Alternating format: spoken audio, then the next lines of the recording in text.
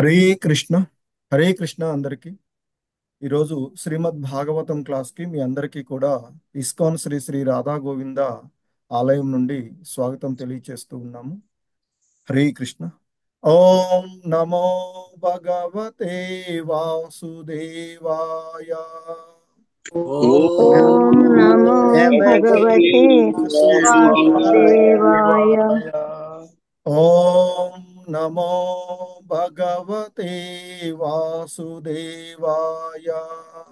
ఓం నమో భగవతే వాసుదేవాయ. ఓం నమో భగవతే వాసుదేవాయ. ఓం నమో భగవతే వాసుదేవాయ. నారాయణం నమస్కృత్య నరం చైవ నరోత్తమం. నారాయణం నమస్కృత్య నరం చైవ నరోత్తమం. దేవీం సరస్వతిం వ్యాసం తతో జయముదీరయేత్. దేవీం సరస్వతీం వ్యాసం తతో జయముదీరయేత్. నష్టప్రాయేష్వభద్రేషు నిత్యం భాగవత సేవయా.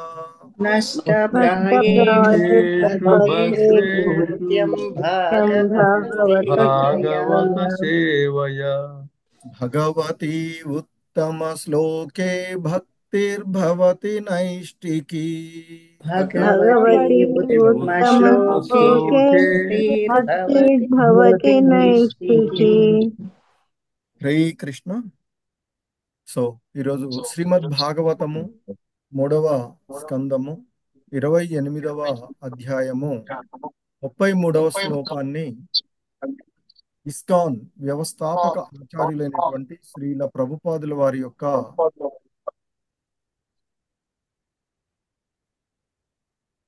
భావము మరియు భాష్యము ద్వారా అవగాహనం చేసుకోవడానికి ప్రయత్నం చేద్దాము. హరే కృష్ణ. శ్రీమద్ భాగవతము 3వ స్కందము 28వ అధ్యాయము 33వ శ్లోకం.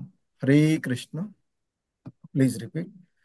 ధ్యానాయనం ప్రహసితం బహుళాదరోష్ట.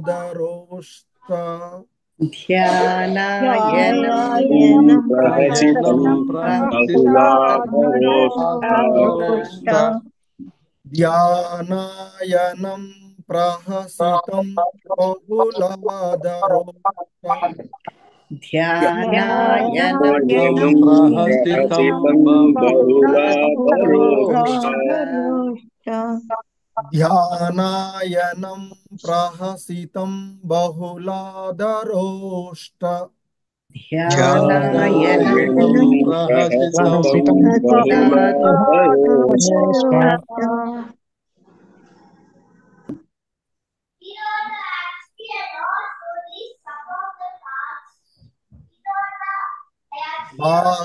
వాసారుణాయిత తను ద్విజ కుంద పంక్తి.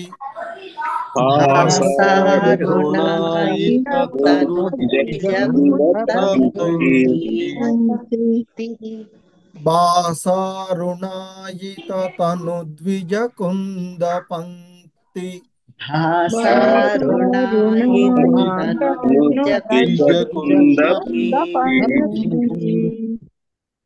వాసారుణాయిత తను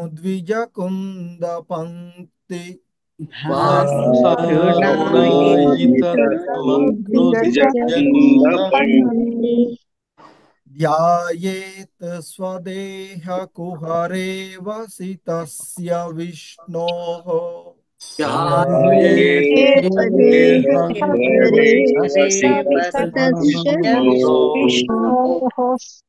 ధ్యాయేత్ స్వదేహ కుహరే వస్థితస్య విష్ణోః.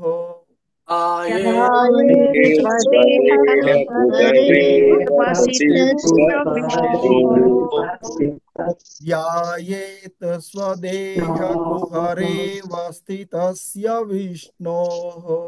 ध्यायेत् स्वदेह हरेव वसितस्य विष्णोः भक्त्यार्द्रयार्पितमान न पृदग्दिदृक्षेत् भक्त्यार्द्रयार्पितमानदृक्षेत् भक्त्यार्द्रयार्पितमान पृथग्दिदृक्षेत् भक्त्यार्द्रया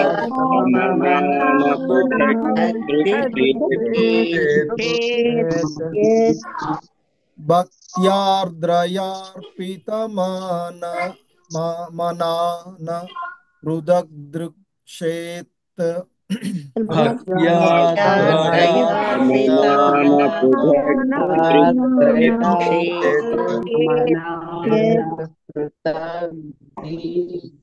भक्त्यार्द्रयार्पितमनान पृथग्दृक्षेत्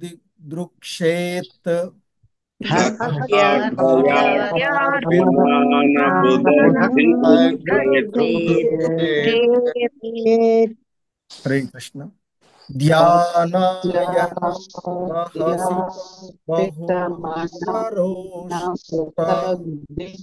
वासारुणायिततनुद्विजकुन्दपङ्क्ति ध्यानायनं प्रहसितं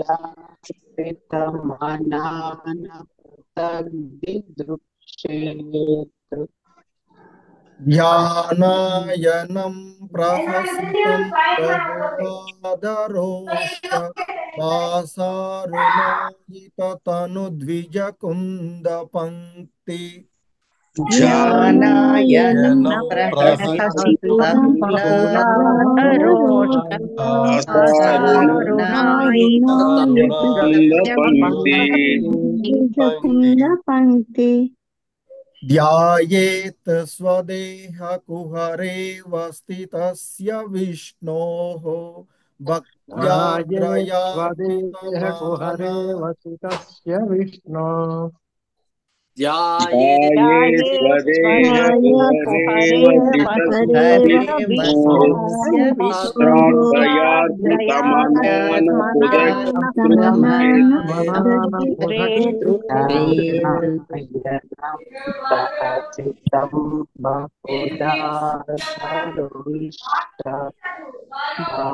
विष्णोः కృష్ణ అండి అందరు ప్రభుజీ చెప్పిన తర్వాత రిపీట్ చెప్పండి సౌండ్స్ వస్తున్నాయి నీర్జ మాతాజీ మ్యూట్ లో ఉండండి. హరే కృష్ణ మాతాజీ ప్రభుజీ కొత్త కాదు కదా మనం ఇవాళ క్లాసు. కనీసం ఇంతమందిని మనము ఇక్కడ ఉంటుంటే ఎంత డిస్టర్బెన్స్ వస్తున్నా కానీ అలాగే కంటిన్యూ చేస్తున్నారు. ఏమనాలో అర్థం అవట్లేదు మాతాజీస్ ప్రభుజీస్.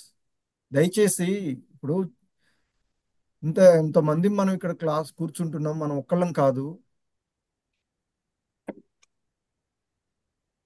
ఎంత డిస్టర్బెన్స్ మాట్లాడుతున్నారో పక్క మాటలు అయినా అలా వస్తున్నాయి. ఇంతకుముందు చాలాసార్లు చెప్తున్నాము.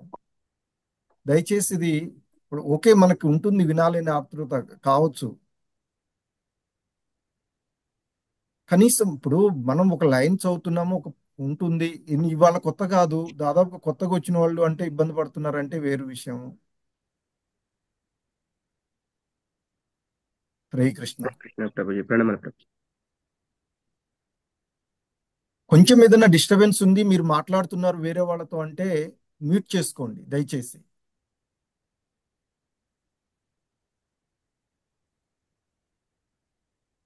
హరే కృష్ణ.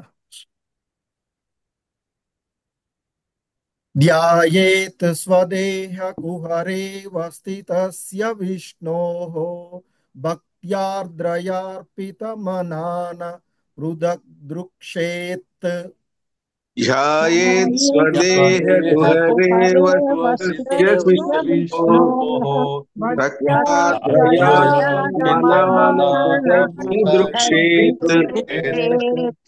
హరే కృష్ణ. మొత్తం శ్లోకం చదువుతాను, తర్వాత చదవండి.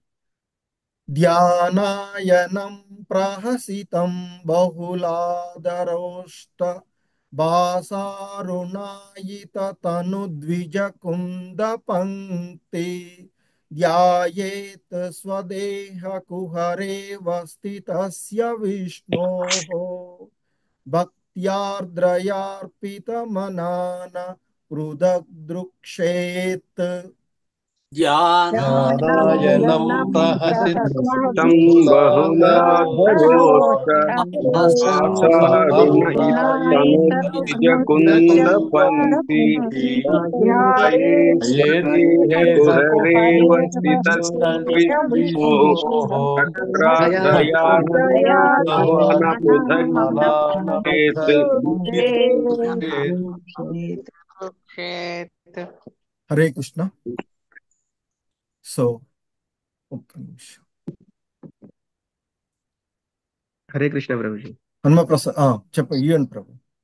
ఓకే ప్రభు. వచ్చారు మీరు. ఓకే, మీకు సారీ ప్రభుజీ. హరే కృష్ణ. దయచేసి ఒకసారి మీరు ఇట్లా చేస్తే ఇది శ్రీల ప్రభుపాదుల వారిని అవమానించినట్లు. ఎందుకంటే ఆయన మనకి సదాచార క్లాసులలో ముఖ్యంగా ఆయన చెప్పినటువంటి ఇది ఒకటి ఉంటుంది.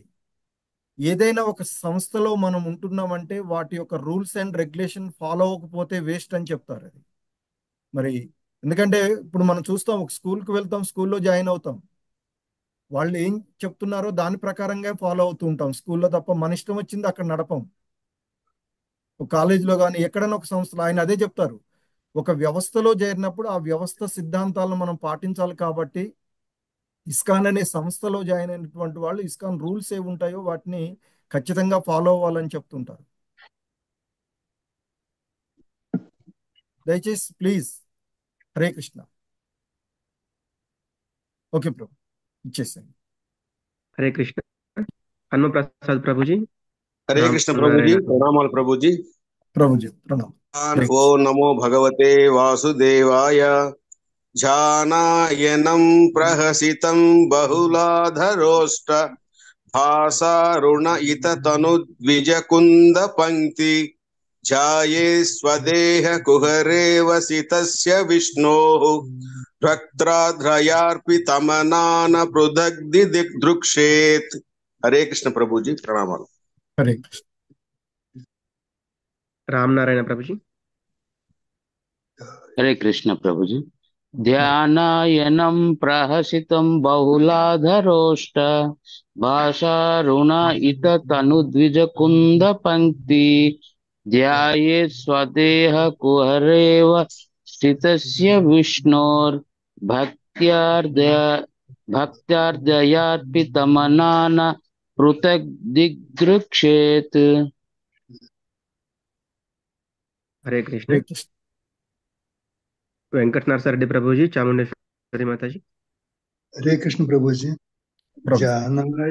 జానాయనం ప్రసితం బహుళాధరోష్ట భాసారుణాయిత తనుద్విజ కుంద పంక్తి ధ్యాయేత్ స్వదేహ కుహరేవ సితస్య విష్ణు భక్తార్దయార్పితమన నా పదగ్ని దృక్షేత్. హరే కృష్ణ ప్రభుజీ. హరే కృష్ణ. చాముండేశ్వరి మాతాజీ. హరే కృష్ణ ప్రభు. హరే కృష్ణ మాత చదవండి. ధ్యానాయనం ప్రహసితం బహుళాధరోష్ట భాసారుణాయిత తనుద్విజకుంద పంక్తి ధ్యాయేత్ స్వదేహ కుహరేక వసితస్య విష్ణోః భక్త్యార్ద్రయార్పితమనాన పృథగ్దృక్షేత్. హరే కృష్ణ ప్రభు. హరే కృష్ణ. హరే కృష్ణ. అరుణ ఐ మాతాజీ, సరళాదేవి మాతాజీ. హరే కృష్ణ ప్రభుజీ. ప్రణామాలు. మోహన్రావు ప్రభుజీ ప్రణామాలు. హరే కృష్ణ. ధ్యానాయనం ప్రహసితం బహుళాధరోష్ట భాసారుణాయిత తనుద్విజకుంద పంక్తి ధ్యాయేత్ స్వదేహ కుహరేవ స్థితస్య విష్ణో భక్త్యార్దయార్పితమనాన పృథగ్దృక్షేత్. హరే కృష్ణ ప్రభు. హరే కృష్ణ ప్రభుజీ ప్రణామాలు. హరే కృష్ణ. హరే కృష్ణ. ధ్యానాయనం ప్రహసితం బహుళాధరోష్ఠ భాసారణాయిత తనుద్విజకుంద పంక్తి ధ్యాయేత్ స్వదేహ కుహరే వసితస్య విష్ణోః భక్త్యార్ద్రయార్పిత మన న పృథగ్ది దృక్షేత్. హరే కృష్ణ ప్రభుజీ. హరే కృష్ణ ప్రభు. ఇంతకుముందు చదవనోళ్ళు ఉంటే ఒక్కొక్క ఇద్దరికి ఇవ్వండి. విన్నాము. హరే కృష్ణ. హరే ప్రభు. కృష్ణ. చక్కా లక్ష్మీ మాతాజీ. హరే కృష్ణ ప్రభుజీ. మాతాజీ చదువు. ధ్యానాయనం ప్రహసితం బహుళాధరోష్టం భూసారణయుత తనుద్విజకుంద భక్తి ధ్యాయేత్ స్వదేశ కుహరే వసితస్య విష్ణో భక్త్యార్థయర్పితమాన మనాన పృథగ్ది దృక్షేత్. హరే కృష్ణ. ఇక్కడ భాష మాతాజీ, భాసారు ఆసారుణ ఇత తనుద్విజ కుంద పంక్తి. Okay. Hare Krishna. Next. Hare Krishna. Umapathi Prabhuji. Umapathi Prabhuji. Hare Krishna. Hare Krishna Prabhuji. Hare Krishna.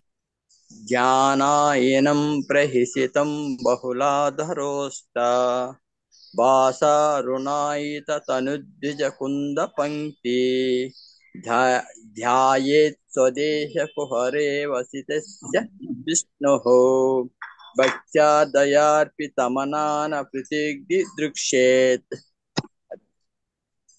Hare Krishna. So ఈ శ్లోకంలో ఉన్నటువంటి పదాల యొక్క అర్థాలను చూద్దాము. హరే కృష్ణ. ధ్యానాయనం ధ్యానాయనం సులభంగా ధ్యానింప నగు సులభముగా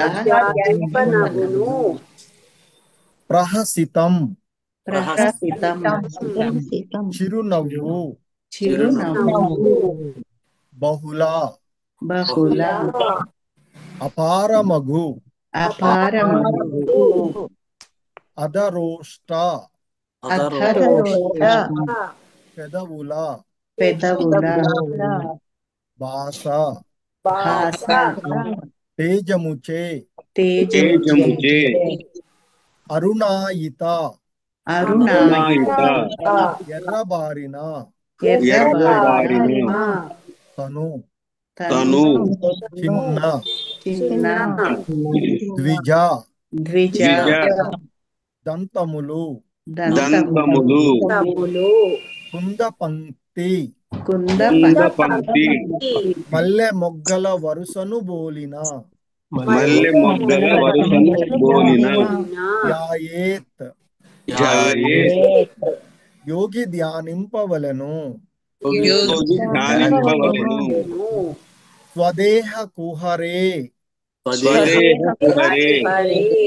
హృదయ కుహరమున అవస్థితస్య నెలకొనియుండు వానిని విష్ణోః విష్ణువును భక్త్యా భక్తితో ఆర్ద్రయా ప్రేమ భరితమైన అర్పిత మనాహ మనసును స్థిరము కావించి పృథక్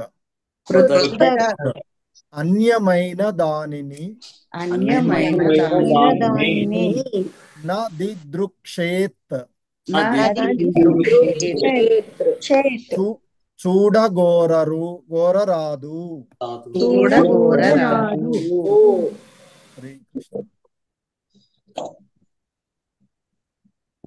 ప్రేమానురాగ భరితమైన భక్తితో యోగి తన హృదయ కుహరమున విష్ణు భగవానుని చిరునవ్వును ధ్యానింపవలెను. అత్యంత మోహ కారకమగు ఆ చిరునవ్వును సులభంగా ధ్యానమందు నిలుపవచ్చును. భగవానుడు దరహాసము చేయునప్పుడు మల్లె మొగ్గలను బోలిన ఆతని చిన్న దంతములను గాంచవచ్చును. అదరముల తేజముచే అవి ఎర్రనయ్యుండును. వానికే తన మనసును అంకితము చేసిన యోగి ఇక దీనిని చూడగోరరాదు. హరే కృష్ణ. Please repeat. ప్రేమానురాగభరితమైన ప్రేమానురాగభరితమైన భక్తితో భక్తితో యోగి తన హృదయ కుహరమున యోగి తన హృదయ కుహరమున విష్ణు భగవానుని విష్ణు భగవానుని చిరునవ్వును ధ్యానింపవలెను. చిరునవ్వును ధ్యానింపవలెను. అత్యంత మోహకారకమగు అత్యంత మోహకారకమగు ఆ చిరునవ్వును సులభముగా ధ్యానమందు నిలుపవచ్చును. భగవానుడు దరహాసము చేయునప్పుడు మల్లె మొగ్గలను బోలిన అతని చిన్న దంతములను గాంచవచ్చును. అధరముల తేజముచే అవి ఎర్రనై ఉండును. వానికే తన మనసును అంకితము చేసిన యోగి ఇక దేనిని చూడగోరరాదు. హరే కృష్ణ. హరే కృష్ణ. హరే కృష్ణ. సో అది భావము. భాష్యము బై శ్రీల ప్రభుపాదుల వారు. భాష్యము. యోగి అతి సావధానంగా పరిశీలనతో భగవానుని చిరునవ్వును గాంచవలెనని ఉపదేశింపబడినది. చిరునవ్వు ముఖము, అధరములు, దంతములు మొదలగు వానిపై ధ్యానమును నిస్సంశయముగా సూచించునదేమనగా భగవానుడు నిరాకారుడు కాడు. యోగి విష్ణు భగవానుని చిరునవ్వుపై ధ్యానమును నిలుపవలెనని ఇచ్చట వర్ణించబడినది. భక్తుని హృదయమును పూర్తిగా పరిశుద్ధము కావించుటకు దానికి అన్యమగు కార్యము లేదు. విష్ణు భగవానుడు దరహాసము కావించినప్పుడు మల్లె మొగ్గలను బోలిన అతని చిన్న దంతములు ఎర్రని పెదవుల కాంతిచే ఎర్రనగును. అదియే ఆ దేవదేవుని చిరునవ్వు నందలి విశేష సౌందర్యము. అతని సుందర ముఖార విందమును యోగి తన హృదయం కుహరమున నిలుపుకొనగలిగినచో పూర్తిగా సంతుష్టుడు కాగలడు. అనగా భగవానుని సౌందర్యమును ఆంతర్యమున గాంచుటయందే యోగి లగ్నమైనప్పుడు భౌతిక ఆకర్షణము అతనిని కలవరపరచబోదు. హరే కృష్ణ. జగద్గురు శ్రీల ప్రభుపాద్ కీ జై. ఓం అజ్ఞానతిమిరాంధస్య జ్ఞానాంజనశలాకయా చక్షుర్మిలితం యేన తస్మై శ్రీ గురవే నమః. హరే కృష్ణ. శ్రీ చైతన్య మనోభీష్టం స్థాపితం యేన భూతలే స్వయం రూపః కదా మహ్యం దదాతి స్వపదాంతికం. వందేహం శ్రీగురు శ్రీయుతపదకమలం శ్రీగురూన్ వైష్ణవాంచ శ్రీరూపం సాగ్రజాతం సహగణ రఘునాథాన్వితం తం సజీవం సాద్వైతం సావధూతం పరిజన సహితం కృష్ణ చైతన్యదేవం శ్రీ రాధా కృష్ణ పాదాన్ సహగణ లలిత శ్రీ విశాఖాన్వితాం చ. నమో ఓం విష్ణుపాదాయ కృష్ణ ప్రేష్టాయ భూతలే శ్రీమతే భక్తి వేదాంత స్వామినితి నామిని నమస్తే సారస్వతే దేవే గౌరవాణి ప్రచారిణే నిర్విశేష శూన్యవాది పాశ్చాత్య దేశ తారిణే. హే కృష్ణ కరుణా సింధో దీన బంధో జగత్పతే గోపేశ గోపికా కాంత రాధా కాంత నమోస్తుతే. తప్త కాంచన గౌరాంగీ రాధే బృందావనేశ్వరి వృషభానుసుతే దేవి ప్రణమామి హరిప్రియే. వాంఛాకల్పతరుభ్యశ్చ కృపా సింధుభ్య ఏవ చ పతితానాం పావనేభ్యో వైష్ణవేభ్యో నమో నమః. జయ శ్రీ కృష్ణ చైతన్య ప్రభు నిత్యానంద శ్రీ అద్వైత గదాధర శ్రీవాసాది గౌర భక్త బృంద. హరే కృష్ణ కృష్ణ కృష్ణ హరే హరే, హరే రామ రామ రామ హరే హరే. హరే కృష్ణ కృష్ణ కృష్ణ హరే హరే, హరే రామ రామ రామ హరే హరే. హరే కృష్ణ. సో 3వ స్కందము యథాస్థితిలోని 28వ అధ్యాయమైనటువంటి భక్తి యోగానుష్ఠానమును గూర్చి కపిల భగవానుల వారి యొక్క ఉపదేశములు తన జనని అయినటువంటి దేవహుతికి చెప్తూ ఉన్నటువంటి అంశాలు. అందులో ఆ భగవానుణ్ణి ఏ విధంగా ధ్యానించాలి అనేటువంటి అంశాన్ని ఆయన తెలియచేస్తూ మరి భగవానుడి యొక్క ఒక్కొక్క అంగంపై ఏ విధంగా ధ్యానాన్ని కొనసాగించాలి అంటూ చెప్తూ ఉన్నటువంటి క్రమంలో ఆయన భగవంతుని యొక్క పాదముల దగ్గర నుండి, ఏ విధంగానైతే ఒక భక్తుడు ఆలయానికి వెళ్ళి ఆ శ్రీ విగ్రహం ముందు నిలబడినప్పుడు భగవంతుని ఏ విధంగా దర్శించుకుంటూ ఉంటాడో, అంటే ఆగమ శాస్త్ర ప్రకారంగా మనకు సూచించబడుతూ ఉన్నటువంటి ఆ క్రమానుగతంగా ఏ విధంగా మరి ఆ భగవానుణ్ణి దర్శనం చేసుకోవలనో అనేటువంటి ఆ క్రమంలో ఏ విధంగా మనము ఆ భగవానుడి యొక్క దర్శనం చేసుకుంటామో అదే మాదిరిగా మరి ధ్యానం కొనసాగిస్తూ ఉన్నప్పుడు ఆ భగవంతుణ్ణి ధ్యానించాలి అని, మరి ఆ హృదయమందు ధ్యానంలో మనము శ్రీ ఆలయానికి వెళ్ళినటువంటి విషయాల్లో శ్రీ విగ్రహం అంటే ఎదురుగా ఉంటుంది కనుక ఆ విధంగా క్రమంగా కింద నుండి పాదాల నుండి, ముఖ్యంగా మొన్న రాధాష్టమి రోజు చూసుంటారు. సాధారణంగా రాధాష్టమి ఇతర రోజులలో ఆ రాధామాత యొక్క పాదాలను మనకు ఎక్కువగా కనిపించవు, ఎందుకంటే ఆ శారీని అంతవరకు కింది దాకా చేస్తూ ఉంటుంటారు. కానీ ఆ రోజు పూర్తిగా కొంచెం పైకి ఇచ్చేస్తుంటారు, ఎందుకంటే ఆమె యొక్క పాదాలను దర్శించుకోవడానికి, ఆమె పాదాలను ఆశ్రయించడానికి మనకి. సో మరి ఆ విధంగా మరి భక్తులైతేనేమో ఆలయానికి వెళ్ళి ఆ ఆలయంలో శ్రీ విగ్రహాన్ని క్రమక్రమంగా కింద నుండి, అంటే పాదాల నుండి, నఖాల దగ్గర నుండి మొదలుపెట్టి, గోర్ల దగ్గర నుంచి మొదలుపెట్టి ఏ విధంగా ముఖం వైపు వెళ్తారో క్రమంగా చూడవచ్చు. ఇక్కడ మరి యోగి ధ్యానం అంటే ఆ మనస్సులో ఇక్కడ యమ నియమ ఆసన ప్రాణాయామ ధారణ ప్రత్యాహార ధారణ, తర్వాత ధ్యానం, తర్వాత పరిపూర్ణమైనటువంటి స్థితి. మరి ధ్యానము చేసేటువంటి విషయంలో ఆయన చెప్తూ ఉన్నటువంటిది మనకి ఇక్కడ పాదాల దగ్గర నుండి ప్రారంభించి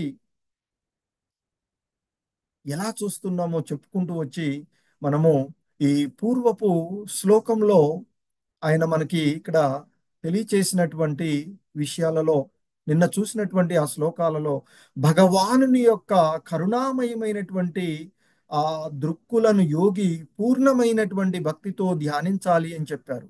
ఎందుకంటే మరి ఆ భగవానుడి యొక్క ఆ కరుణామయమైనటువంటి, తరచుగా భక్తుల పైన ప్రసరించేటువంటి ఆ కరుణామయమైనటువంటి దృక్కులను యోగి పూర్ణమైనటువంటి భక్తితో ధ్యానించినట్లయితే అవి మరి భక్తులకు, ఎందుకంటే ఈ భౌతిక జగత్తులో మనకున్నటువంటి స్థితే సహజమైనటువంటి స్థితి, మరపు అనేకమైనటువంటి వాటిపైన మర్చిపోయేటువంటిది మనకి భగవంతుడు ఇచ్చినటువంటిదే. అది ఎలాగో జరుగుతూ ఉంటుంది. మన యొక్క వాస్తవికమైనటువంటి స్థితిని మన ఇదిని మర్చిపోతూ ఉంటాం.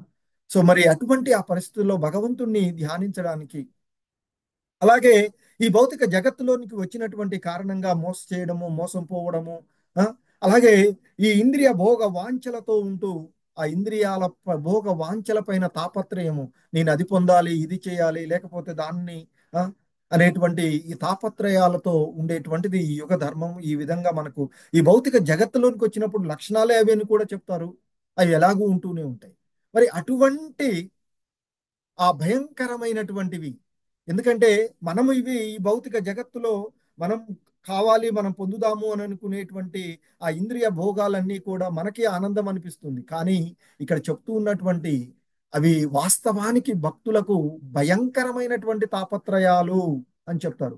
అందుకే భగవద్గీతలో చెప్తారు, సాధారణమైనటువంటి వాడికి ఏది రాత్రి సమయమో అది అంటే భక్తిలో పరిపూర్ణంగా ఉన్నటువంటి వాడికి మేల్కొను సమయము అని చెప్తారు. అంటే ఇవే ఏవైతే మనం ఆనందాలు ఇవి భౌతిక జగత్తులో కావాలి అని అనుకుంటున్నామో అవి వాస్తవానికి భక్తుడికి అవన్నీ కూడా అనవసరమైనటువంటి భయంకరమైనటువంటి దుఃఖానికి సంబంధించేటువంటి తాపత్రయాలు అని చెప్తారు. వాటినన్నిటిని కూడా క్షమింపచేసేటువంటివి అని.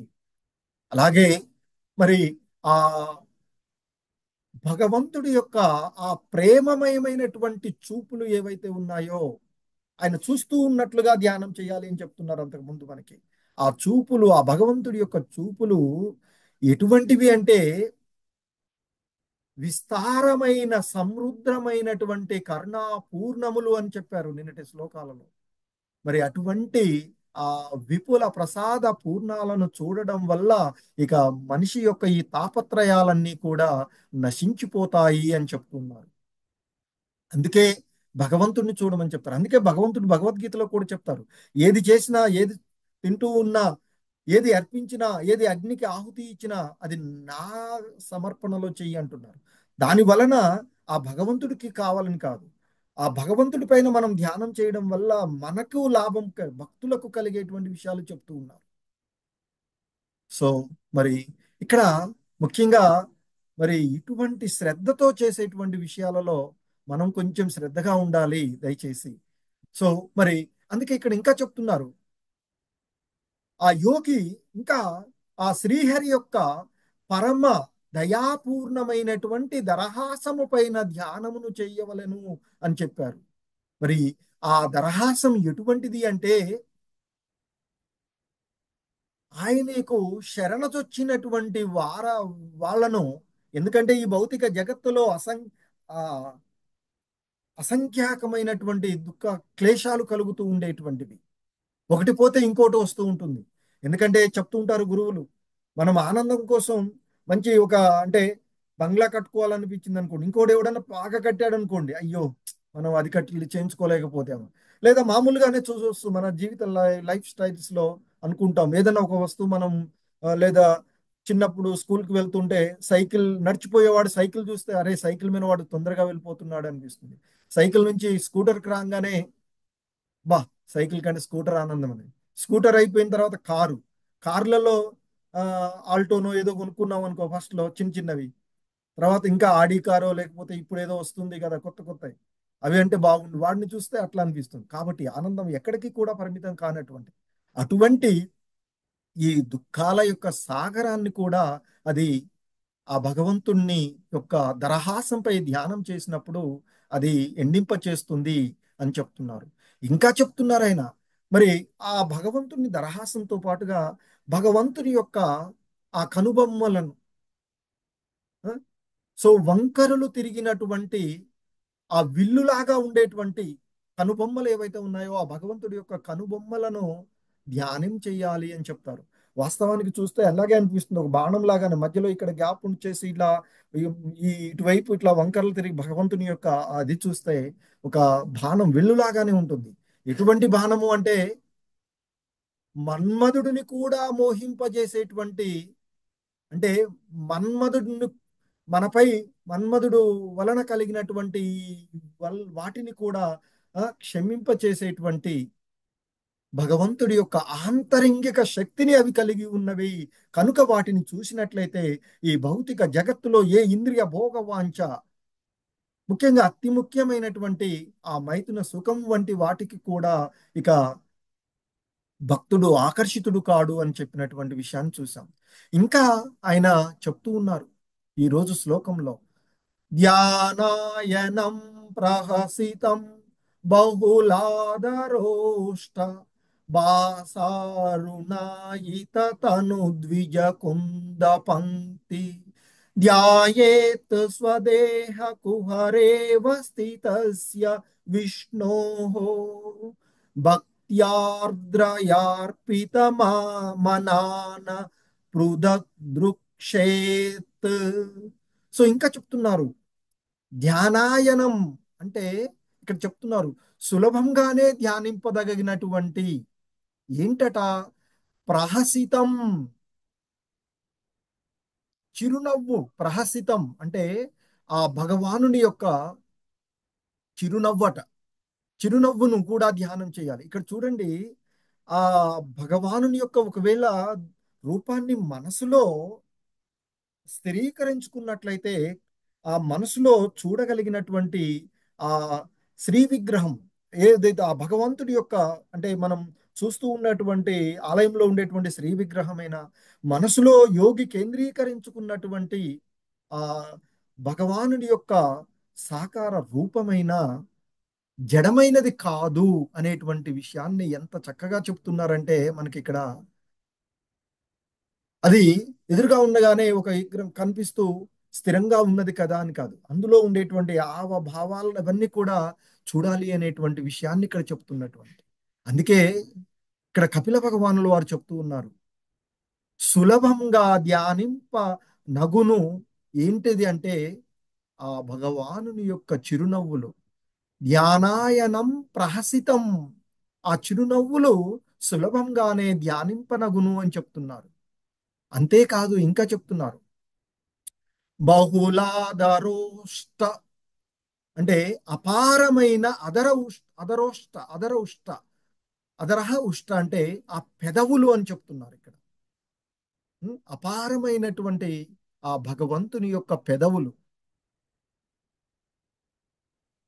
ఆ పెదవుల యొక్క ఇక్కడ భాస అరుణాయిత, భాసారుణయిత అంటే ఆ భాస అంటే ఇక్కడ తేజము, ప్రకాశము. ఏంటి, ఆ భగవానుని యొక్క ఎర్రని పెదవులు యొక్క ప్రకాశం చేత తను ద్విజ కుంద పంక్తి, అక్కడ ఆ భగవానుని యొక్క పెదవుల మధ్య ఇక్కడ ఉండేటువంటి ఆ దంతాల వరుసని ఇక్కడ వర్ణిస్తూ ఉన్నారు. చూడండి ఇక్కడ దంతాల యొక్క వరుస ఏంటి, ఎలాంటి దంతాల వరుస అంటున్నారంటే అక్కడ చెప్తున్నటువంటి తను ద్విజ కుంద పంక్తి.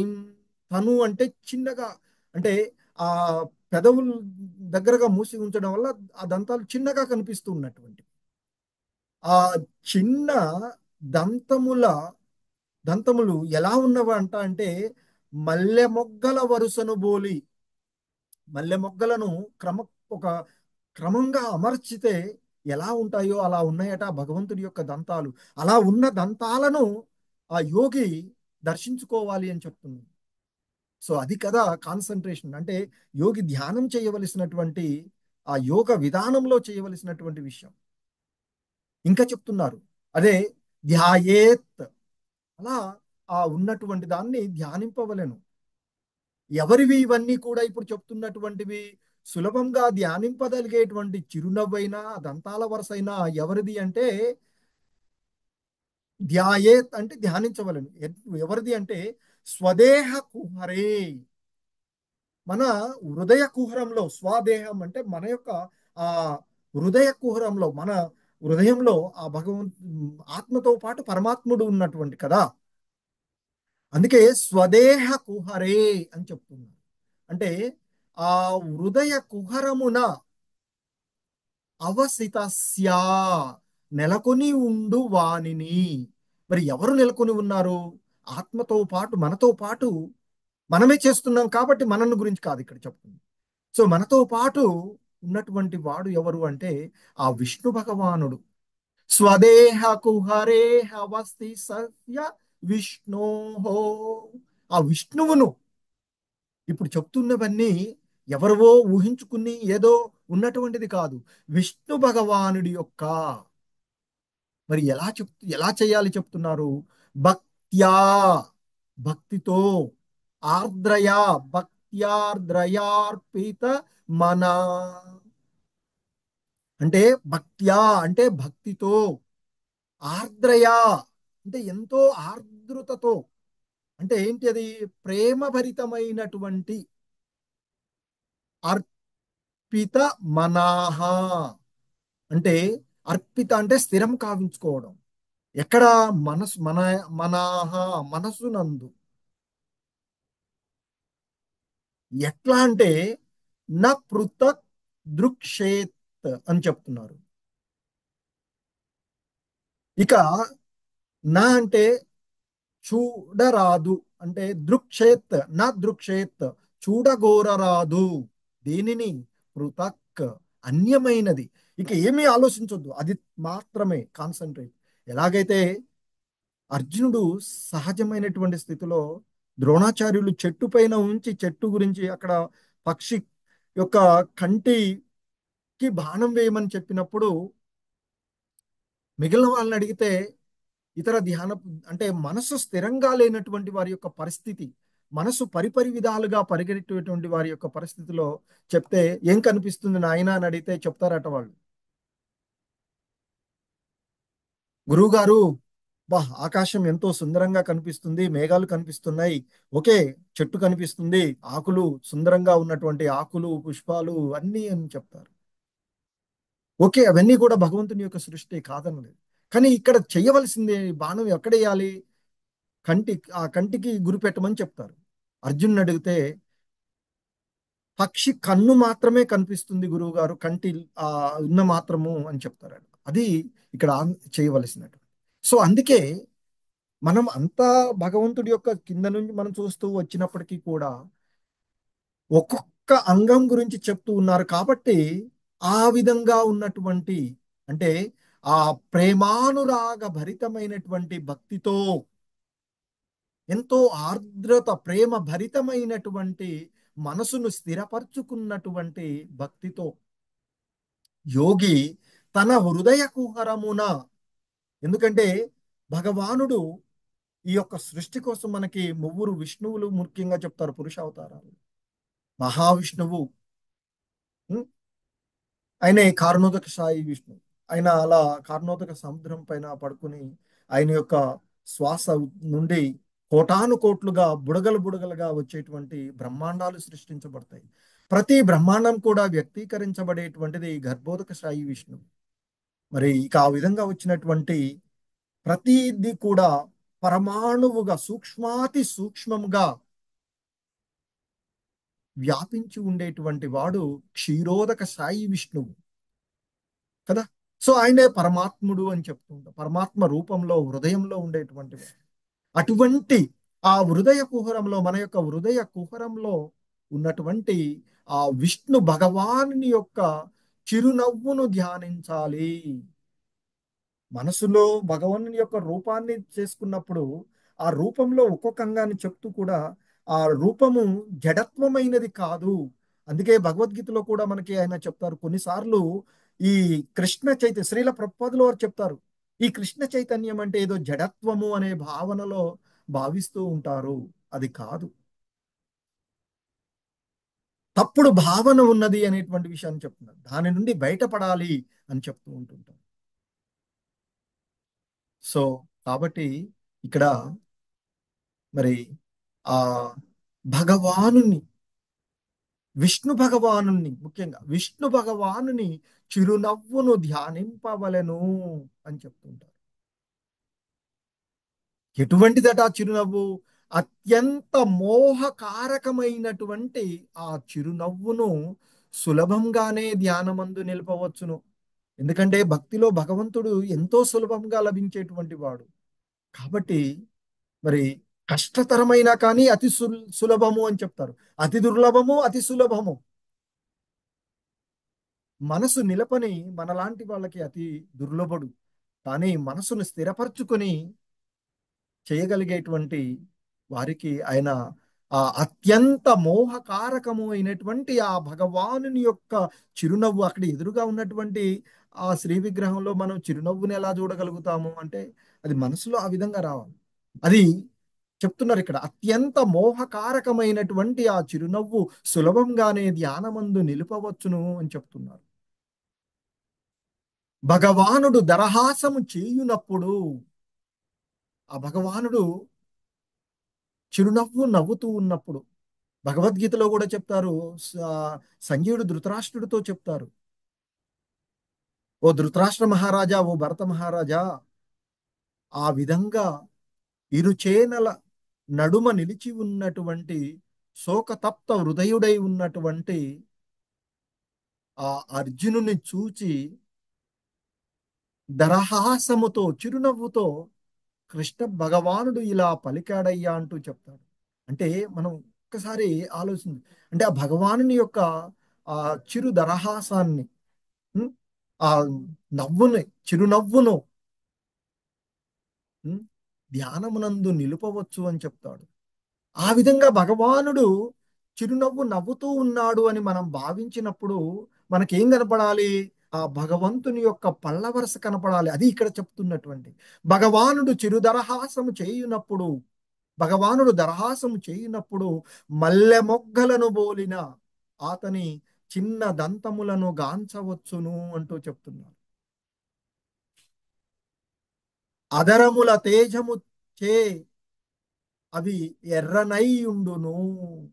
ఇంకా వాస్తవానికి మల్లె మొగ్గలు ఎలా ఉన్నాయి? తెల్లగా ఉంటాయి కదా.